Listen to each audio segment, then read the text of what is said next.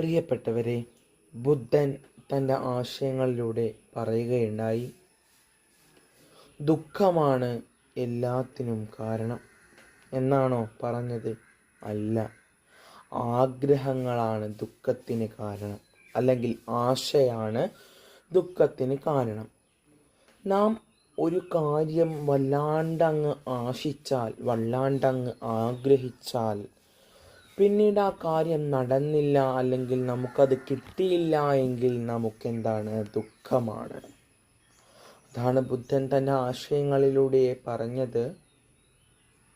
ആശയാണ്, അല്ലെങ്കിൽ ആഗ്രഹങ്ങളാണ് ദുഃഖത്തിന് കാരണമെന്ന്. ആഗ്രഹങ്ങൾ ഇല്ലാതാക്കിയാൽ ദുഃഖങ്ങൾ ഇല്ലാതാകും.